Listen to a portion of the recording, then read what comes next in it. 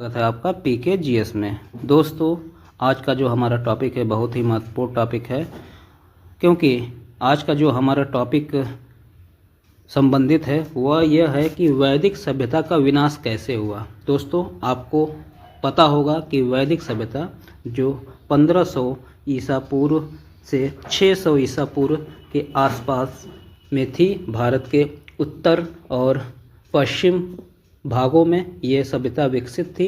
उसका विनाश कैसे हुआ? क्योंकि वैदिक सभ्यता एक बहुत ही महत्वपूर्ण सभ्यता थी भारतीय इतिहास की दृष्टिकोण से, और यह एक ग्रामीण सभ्यता थी। आपको पता होगा मेरे वीडियो के माध्यम से, यह एक ग्रामीण सभ्यता थी और इसका भारत के इतिहास पे बहुत ही महत्वपूर्ण प्रभाव पड़ा है। तो आइए देखते हैं इस वीडियो में कि वैदिक सभ्यता का विनाश कैसे हुआ और वह क्या कारण थे जो कि वैदिक सभ्यता के विनाश के लिए उत्तरदायी थे। लेकिन अगर आप मेरे चैनल पर नए हैं तो मेरे चैनल को आप प्लीज़ अधिक से अधिक सब्सक्राइब करिए, वीडियो को लाइक करिए, शेयर करिए, क्योंकि मैं बहुत महत्वपूर्ण टॉपिक पे वीडियो बना रहा हूं और जो कि परीक्षा की दृष्टि से बहुत ही ज़्यादा महत्वपूर्ण है। तो आइए देखते हैं कि वैदिक सभ्यता का विनाश कैसे हुआ।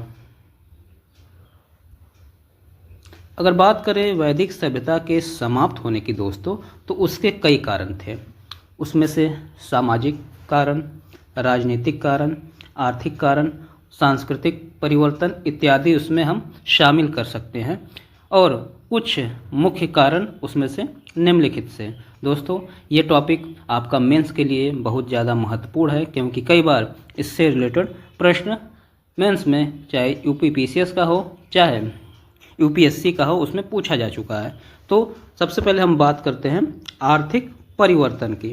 तो दोस्तों, प्रारंभिक वैदिक काल में जो अर्थव्यवस्था थी वह कृषि और पशुपालन पे आधारित थी। यानी कि जब वैदिक काल की शुरुआत होती है, हम बात कर रहे हैं ऋग वैदिक काल की। आपको पता होना चाहिए कि वैदिक काल को दो भागों में बांटा गया है, ऋग वैदिक काल और उत्तर वैदिक काल। किसमें किसमें? ऋग वैदिक काल और दूसरा है उत्तर वैदिक काल। तो जो प्रारंभिक वैदिक काल था यानी कि ऋग वैदिक काल था, उसकी जो अर्थव्यवस्था थी वह कृषि और पशुपालन पे आधारित थी। लेकिन जब हम उत्तर वैदिक काल में आते हैं तो उस समय लोहे का खोज हो चुका था, और आपको पता होना चाहिए कि लोहे की खोज 1000 ईसा पूर्व के आसपास हुई थी एटा में। ठीक है, उत्तर प्रदेश के एटा नामक स्थान से लोहे का पता 1000 ईसा पूर्व के आसपास चलता है, क्योंकि ऋग वैदिक काल में अगर आप जाएंगे तो उसमें लोहे का कोई जिक्र नहीं है, लेकिन उत्तर वैदिक काल के ग्रंथों में आपको लोहे का जिक्र मिलता है। इसी आधार पर उत्तर वैदिक काल और ऋग वैदिक काल में विभाजन भी किया गया है कि ऋग वैदिक काल आपका 1500 ईसा पूर्व से आपका 1000 ईसा पूर्व के आसपास माना जाता है, क्योंकि 1000 ईसा पूर्व के आसपास लोहे की खोज होने से वहाँ से उत्तर वैदिक काल का प्रारंभ हो जाता है। और उत्तर वैदिक काल में लोहे की जब खोज हो जाती है तो कृषि और व्यापार में बदलाव आ जाता है, और क्योंकि लोहे के बहुत सारे चीज़ें बनने लगती हैं जिसका प्रभाव कृषि पर और व्यापार पर बहुत ज़्यादा पड़ता है।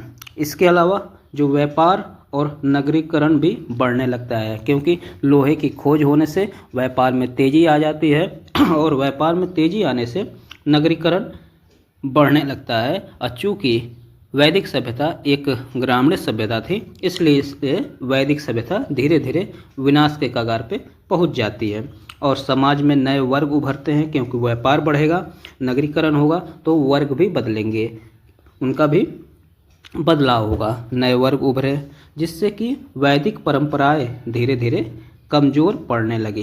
पहला कारण तो आपका ये था, आर्थिक परिवर्तन वैदिक सभ्यता के विनाश के लिए मुख्य रूप से जिम्मेदार था। दूसरा अगर कारण की हम बात करें तो शहरीकरण और नए धार्मिक विचारों का उदय। तो वैदिक सभ्यता आपकी एक ग्रामीण सभ्यता थी और यज्ञ प्रधान थी, यानी कि यज्ञ को विशेष महत्व इसमें दिया। जैसा कि आपको हमने बताया कि वैदिक सभ्यता जो है वो ग्रामीण थी और यज्ञ प्रधान थी। इसका मतलब कि इस समय यज्ञ की प्रधानता थी, यानी कि मुख्य कार्य क्या था? यज्ञ था। लेकिन बाद में जब यह द्वितीय नगरीय सभ्यता का उभार होता है। 600 ईसा पूर्व के आसपास भारत में द्वितीय नगरीय सभ्यता का विकास होता है और पहली नगरीय सभ्यता आप सभी को पता होना चाहिए कि हड़प्पा सभ्यता थी। तो जब 600 ईसा पूर्व के आसपास बड़े नगर यानी कि महाजनपद इत्यादि उभरने लगे तो शहरी संस्कृति विकसित हुई। इस प्रकार ग्रामीण संस्कृति से यह शहरी संस्कृति में परिवर्तित होती गई। इसके अलावा चूँकि उस समय वैदिक धर्म में बहुत सारी बुराइयाँ आ गई थी, बहुत सारे कर्मकांड थे और लोग जाति प्रथा ये सब, क्योंकि आपको पता है कि उत्तर वैदिक काल में वर्ण व्यवस्था बहुत ही अपने निम्न स्तर पे पहुंच गई थी और मुख्य तौर पे जो 4 वर्ण थे आपका ब्राह्मण, क्षत्रिय, वैश्य और शूद्र इत्यादि, शूद्रों का हाल बहुत ही दयनीय स्थिति में हो गया था और इनसे खाली सेवा का कार्य इत्यादि कराया जाता था। इसलिए कुछ नवीन धर्मों का उदय होता है, जैसे कि बौद्ध धर्म और जैन धर्म इत्यादि नए धर्मों के उदय ने वैदिक सभ्यता को एक गहरा आघात प्रदान किया, क्योंकि लोग त्रस्त हो चुके थे जाति व्यवस्था से, वर्ण व्यवस्था से। इसलिए इन नवीन धर्मों की ओर वो आकर्षित होते हैं और वैदिक सभ्यता पतन की कगार पे पहुंचना प्रारंभ कर देती है।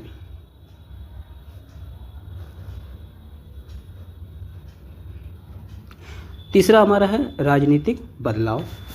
जब महाजनपदों का विकास होता है और वह शक्तिशाली साम्राज्यों के रूप में स्थापित हो जाते हैं। महाजनपद यानी कि जनपद, जैसा कि आपको पता था कि मेरे वीडियो में मैंने बताया है कि उत्तर वैदिक काल, ऋग वैदिक काल में जन थे, छोटे छोटे एक समूह थे, कबीले थे जिनको कि जन बोला जाता था। जब ये उत्तर वैदिक काल में आते हैं तो जन से जनपद हो जाते हैं, यानी कि जन का आकार बड़ा हो जाता है, साम्राज्य बड़ा हो जाता है, उनको जनपद के नाम से जाना जाता है। लेकिन धीरे धीरे जैसे शहरी सभ्यता का विकास होता है 600 ईसा पूर्व के आसपास, वैसे वैसे जनपद भी अब महाजनपद के रूप में क्या होते हैं, उनका आकार बढ़ने लगता है और एक विशाल साम्राज्य की स्थापना होती है और उसको महाजनपद के नाम से हम लोग जानते हैं, जैसे कि मगध, नंद, मौर्य इत्यादि। और 16 महाजनपदों का आपको जिक्र मिलेगा। 16 महाजनपद हैं जो कि मैं आपको बताऊंगा अगले वीडियो में। इत्यादि महाजनपद इत्यादि के उदय से समाज और शासन की संरचना में बदलाव हो जाता है और वैदिक जो जनजातीय प्रणाली वह कमज़ोर पड़ जाती है और राजशाही मजबूत होती है। यानी कि महाजनपदों के विकास ने भी वैदिक सभ्यता के पतन में एक महत्वपूर्ण भूमिका निभाई है। अब बात करते हैं कुछ विदेशी आक्रमण और सांस्कृतिक मिश्रण ने भी वैदिक सभ्यता को आघात पहुंचाने का कार्य किया, जैसे कि यूनानी आक्रमणकारियों ने भारत में नई संस्कृतियाँ को पहुंचाया, जिससे कि वैदिक परंपराओं का स्वरूप बदल गया। क्योंकि जैसा कि आपको पता है कि जब नई संस्कृति आती है तो नए विचार आते हैं, नए विचार आएंगे तो संस्कृति में कुछ न कुछ परिवर्तन अवश्य होगा। इसी प्रकार जैसे सिकंदर महान के आक्रमण के पश्चात भारत के इतिहास में एक प्रमुख बदलाव देखने को मिलता है, उसी प्रकार ईरानी और यूनानी आक्रमणकारियों के द्वारा भारत में एक नई संस्कृति का आगमन होता है और वैदिक परंपराओं के पतन में भी यह एक महत्वपूर्ण भूमिका को निभाता है। इसके अलावा शक, कुषाण एवं अन्य विदेशी प्रभावों ने भारतीय संस्कृति को एक नया स्वरूप प्रदान किया।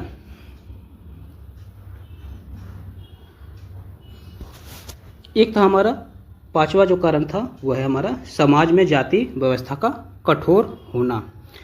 तो अगर हम प्रारंभिक वैदिक समाज की बात करें यानी कि ऋग वैदिक काल की, तो ऋग वैदिक काल में जो जाति व्यवस्था थी वह सामान्य थी, यानी कि जाति का कोई भी विकास उस समय, जाति व्यवस्था का कोई विकास उसमें नहीं हुआ था, जाति व्यवस्था का कोई भी विकास नहीं हुआ था। लेकिन जैसे ही ऋग वैदिक काल से हम उत्तर वैदिक काल में जाते हैं, जाति व्यवस्था का विकास प्रारंभ हो जाता है और यह अपने चरम पे पहुंच जाता है, जिससे कि जनता त्रस्त हो जाती है। क्योंकि आपको मालूम है कि 4 वर्णों में ब्राह्मण, क्षत्रिय, वैश्य और शूद्र में डिवाइड होता है, जिसमें भी जो सबसे निचला क्रम होता है शूद्र का, उनकी स्थिति बहुत ही ज़्यादा दयनीय हो जाती है। और दयनीय होने का मतलब उनका शोषण बहुत ज़्यादा होता है, जिससे कि एक जाति व्यवस्था का कठोर स्वरूप उभर के सामने आता है और उत्तर वैदिक काल में यह व्यवस्था बहुत ज़्यादा कठोर हो जाती है, जिससे कि सामाजिक असंतोष बढ़ जाता है। क्योंकि अगर जाहिर सी बात है कि दो समुदायों में एक को अगर हम नीचे का दर्जा प्रदान करेंगे, एक को उच्च दर्जा प्रदान करेंगे, तो जब जिसका शोषण होगा उसके मन में असंतोष की भावना बढ़ेगी। उसी प्रकार इसमें भी सामाजिक असंतोष बढ़ा और वैदिक जीवन शैली का आकर्षण कम हुआ। जो कि पहले मुख्य विशेषता थी वैदिक जीवन शैली, उसका भी विनाश प्रारंभ हो चुका था। तो ये कुछ मुख्य कारण थे जो कि वैदिक सभ्यता के पतन के लिए मुख्य तौर पे जिम्मेदार थे। और इसका निष्कर्ष हम ये निकाल सकते हैं कि वैदिक सभ्यता अचानक समाप्त नहीं हुई, क्योंकि इसमें धीरे धीरे, क्योंकि आपको पता है कि उत्तर वैदिक काल की शुरुआत 1000 ईसा पूर्व के आसपास होती है और 600 ईसा पूर्व तक ये चली, यानी कि 400 वर्षों में ये धीरे धीरे समाप्त की ओर चलती जाती है। और ये समाप्त भी नहीं इसको आप कह सकते हैं, बल्कि ये समय के साथ साथ परिवर्तित होती रही, क्योंकि इसमें नए नए लोगों के विचार आए, नए नए धर्म जैसे जैन धर्म, बौद्ध धर्म इत्यादि का समावेशन इसमें होता है, जिससे कि लोगों का जो विचार हैं वो बदलते हैं और लोगों के विचार बदलते हैं तो संस्कृति में भी बदलाव निश्चित रूप से आता है। तो समय के साथ साथ इसमें परिवर्तन होता है। वैदिक परंपराओं का विकास पुराणों, उपनिषदों एवं अन्य हिंदू धार्मिक ग्रंथों में हुआ है। इसलिए वैदिक सभ्यता विलुप्त हम नहीं मान सकते हैं, बल्कि हाँ, हम ये कह सकते हैं कि बदलकर हिंदू संस्कृति के रूप में आगे बढ़ जाती है। तो दोस्तों, इस प्रकार वैदिक सभ्यता के पतन के मुख्य कारणों का आज हमने इस वीडियो के माध्यम से चर्चा किया है। अगर वीडियो आपको पसंद आया, मेरे चैनल को अधिक से सब्सक्राइब करिए, वीडियो को लाइक करें, शेयर करिए। धन्यवाद।